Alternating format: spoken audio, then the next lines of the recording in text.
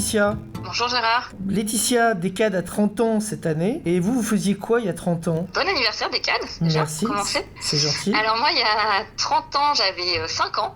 Donc je pense que à cette période, j'étais probablement en vacances, en train de profiter avec mes frères et sœurs. Alors parlons e-commerce maintenant. Votre premier achat en ligne, est-ce que vous vous en souvenez? C'était quoi? C'était où? C'était sur quel site? Alors je pense que mon premier achat en ligne, c'était, je devais avoir environ 20 ans. Et je pense que c'était une réservation de vacances en dernière minute. Donc sur un site Last Minute pour partir avec une amie à prix imbattable. Et donc voilà, je pense que c'est ma première expérience d'achat en ligne.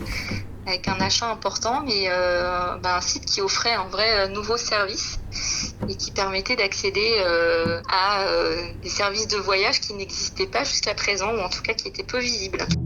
Alors ça, c'était une utilisation personnelle d'Internet, mais comment vous en êtes venu à vous occuper professionnellement de commerce en ligne? Alors professionnellement, je pense quand même que mon contexte personnel m'a aussi un peu poussé à travailler dans le digital et avec des nouvelles technologies.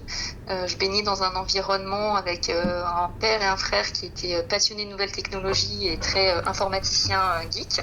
Donc j'ai quand même baigné dans cet environnement depuis très jeune. Et ensuite, donc j'ai commencé mon parcours par de la vente par correspondance pour développer une marque de vente par correspondance en Russie.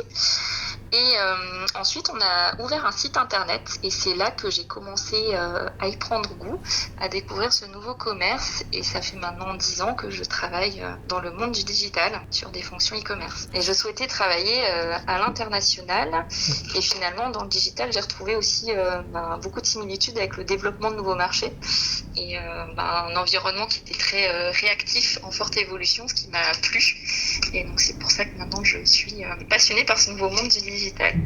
Alors aujourd'hui, en tant qu'utilisatrice d'Internet et des sites e-commerce, quand vous êtes sur un site e-commerce, qu'est-ce que vous appréciez le plus en général? Et à contrario, qu'est-ce qui vous irrite le plus? Qu'est-ce qui vous agace le plus? Alors ce qui m'agace le plus, c'est notamment quand je me trouve sur une fiche produit et que quand je fais un retour arrière, je me retrouve dans une page liste et qu'on me ramène tout en haut, alors que j'avais scrollé pour parcourir déjà une bonne partie de la page liste. Donc ça fait partie d'un irritant assez fort que je vis en ce moment dans cette période de solde. Et pour ce qui me plaît, c'est particulièrement les interfaces qui sont simples, lisibles, intuitives, d'avoir des fonctionnalités qui sont évidentes d'un point de vue consommateur. On n'a pas besoin de se poser des questions sur comment ça fonctionne, mais aussi donc en plus de cet aspect vraiment ergonomie, j'apprécie particulièrement les sites de e-commerce qui ont trouvé un ton, un univers vraiment identitaire qui permet de savoir chez qui on se trouve. Donc, c'est vraiment le petit plus qui fait que je prends du plaisir à revenir sur un site internet.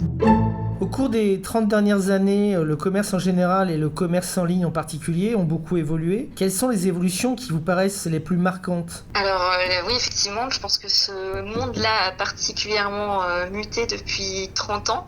La technologie, pour moi, elle a vraiment contribué très fortement à cette mutation, tant parce qu'elle a pu apporter au consommateur, avec un consommateur qui a pu accéder à un grand nombre d'informations dont il n'avait pas connaissance auparavant. Donc vraiment, on se retrouve face à un consommateur qui est avide d'informations, qui sait qu'il peut y accéder. Donc ça a vraiment modifié les attentes des consommateurs. On a eu également une multiplication des commerçants, des marques qui sont arrivées très rapidement sur les marchés, qui ont pu, grâce notamment au e-commerce, se développer et toucher un public de manière assez rapide. Donc ça a amené des acteurs plus traditionnels vraiment à évoluer et développer des nouveaux services. Donc je pense que les marques, les commerçants, que ce soit les magasins physiques ou même en e-commerce, ont dû s'adapter à ces nouveaux modes de consommation pour proposer davantage de services. Et maintenant, on voit qu'on peut tout trouver, tout acheter. Peu importe là où on se trouve, on peut réussir à trouver des produits vraiment experts, même en se trouvant dans un coin reculé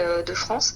Et donc ça, c'est une mutation qui pour moi est importante parce que notamment, elle a changé complètement le modèle des hypermarchés qui doivent effectivement se renouveler et innover.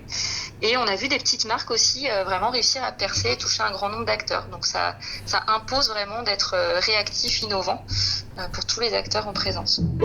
Et chez Yves Rocher, est-ce qu'on peut dire un petit mot? Vous avez une stratégie omnicanale, puisque vous êtes à la fois présent en boutique mais aussi en ligne. Et donc comment ça a évolué ça au cours des années? Alors ça a évolué déjà parce que la marque s'était construite sur la vente par correspondance, puis rapidement en magasin. Là depuis quelques années on travaille effectivement sur les enjeux d'omnicanal pour avoir une expérience client vraiment unifiée, quel que soit le média, le lieu de vente auquel elle s'adresse. Donc ça fait vraiment partie de notre stratégie. Ça a évolué, mais c'est en cours d'évolution. Et pour moi, les principales mutations, elles sont aussi devant nous. Je pense qu'on est au début d'une nouvelle ère et que on raisonne davantage maintenant.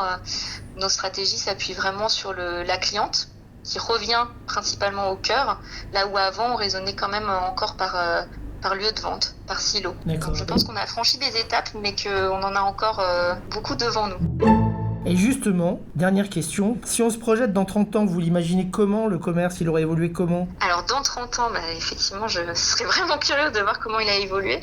Je pense que justement, on va accélérer l'amélioration de l'expérience du client, qu'on va vraiment mettre tous les efforts pour répondre à ses exigences, que ce soit des exigences en termes de service, pour vraiment anticiper ses besoins, être pertinent dans les réponses qu'on lui apporte, donc vraiment orienter la stratégie autour de cette expérience, qu'on va supprimer tous les points de friction qui peuvent exister actuellement dans ces interactions avec le commerce ou des marques. Donc par exemple les passages en caisse, les systèmes de connexion sur des sites internet. Je pense qu'on aura vraiment des technologies qui nous permettront de supprimer ces points de friction pour avoir une vraie relation marque et consommateur et avoir des lieux de vente qui potentiellement vont aussi être amenés à évoluer pour devenir aussi des lieux d'échange et dans lesquels on aura des possibilités d'acheter, mais finalement l'acte principal sera pas l'acte d'achat, mais ce sera de vivre une expérience, découvrir des nouveautés, d'échanger aussi avec d'autres clients, d'autres consommateurs. Donc je pense que ce côté aussi communautaire qui va faire évoluer le commerce, donc là je pense notamment au social commerce,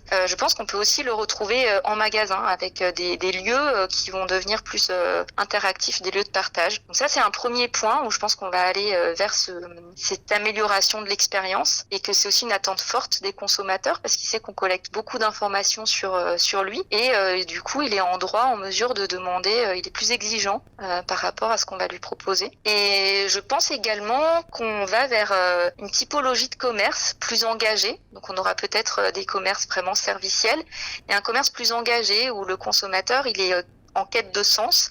Donc on le voit, il y a de plus en plus de petites marques qui étaient des marques plutôt de niche, mais qui commencent à se développer, prendre de l'ampleur. Et le consommateur, il veut aussi que son acte d'achat soit un acte engagé. Donc en fonction des engagements de chacun, ça peut être une responsabilité environnementale, sociétale. Et le consommateur, il est fier aussi d'acheter au travers une marque qui porte et défend ses valeurs. Donc je pense que cet axe-là sera amené à se développer dans les années à venir. Très bien. Eh bien Laetitia, on vous remercie beaucoup d'avoir participé à cette interview et on vous dit à très bientôt. Merci beaucoup, à bientôt.